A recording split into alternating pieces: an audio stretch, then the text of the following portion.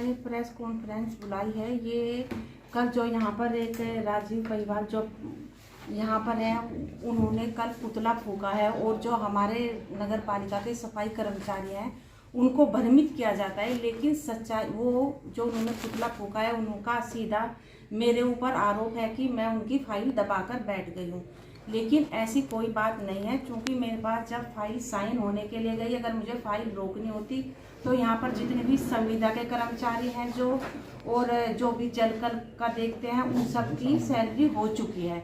लेकिन चूंकि मुझे लगातार कर्मचारियों की शिकायत मिल रही थी कि यहाँ से कंपनी जो लायन गार्ड सर्विसेज जो कंपनी यहाँ सफाई का कार्य देखती है वो हमसे पूरा पेमेंट ले लेती है और सफाई कर्मचारियों के पैसे जो है वो काट लेते हैं, उनके पूरे खाते में नहीं जाते हैं।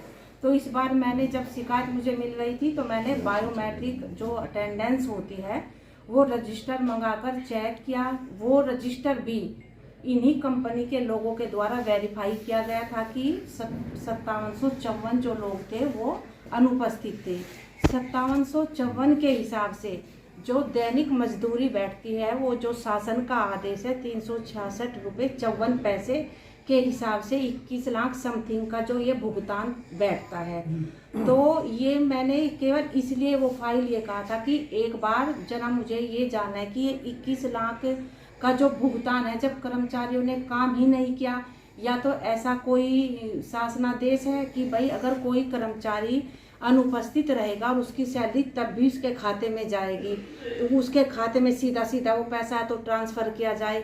अगर नहीं जाती है तो 21 लाख रुपए का फिर कंपनी का क्या मतलब बैठता है वो पैसा लेने। क्योंकि जब वो फाइल मेरे पास साइन होने के लिए गई तो मैंने ये प्रकरण रखा। मैंने कहा, जब बाबूजी मेरे पास फाइल लेके गए तो मैंने उनसे बोला कि बाबूजी इसमें जो ये 5754 जब मैंने अटेंडेंस रजिस्टर चेक किया तो उसमें 5754 अनुपस्थिति थी और आप एक बार ये दिखा लो, क्योंकि इस हिसाब से या तो ये कटौती हो, अगर उक्त प्रकरण जो है नियमों के अधीन है और ये सही है कि कर्मचारी ने काम नहीं किया उनका तब भी पैसा जाएगा, उनके खाते में जाएगा, तो भाई मैं कर दूंगी साइन, मुझे कोई दिक्कत नहीं है। लेकिन अगर ये नियमों के अधीन नहीं है तो फिर ये देखकर ये फाइल दोबारा मेरे पास भिजवाई जाए। लेकिन वो फाइल यहाँ आकर रख दी गई ना। तो मुझे एडीएम मैडम चूंकि यहाँ पर वो ईओ का काम देख रही है और बाबू के तौर पर तपसी जी काम देख रहे हैं, दोनों ने ना किसी फोन के माध्यम से मुझसे संपर्क किया, ना मुझे कोई लिखित में उन्होंने कोई पत्र दिया।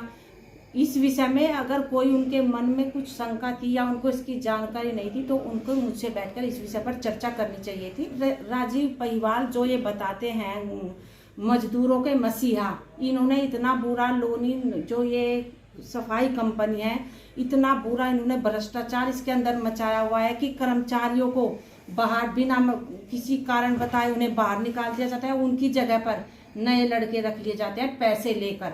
इतनी इनकी गुंडागर्दी यहाँ पर चल रही है। मजदूरों के हित के लिए ही मैंने ये फाइल इसीलिए कहा था कि एक बार इसे दोबारा मतलब जो ये 21 लाख की कटौती है, क्योंकि कर्मचारियों के नाम पर पैसा यहाँ से पूरा ले लिया जाता है, उनके खातों में पूरा नहीं पहुँचता है, तो इसमें शोषण किसका होता है?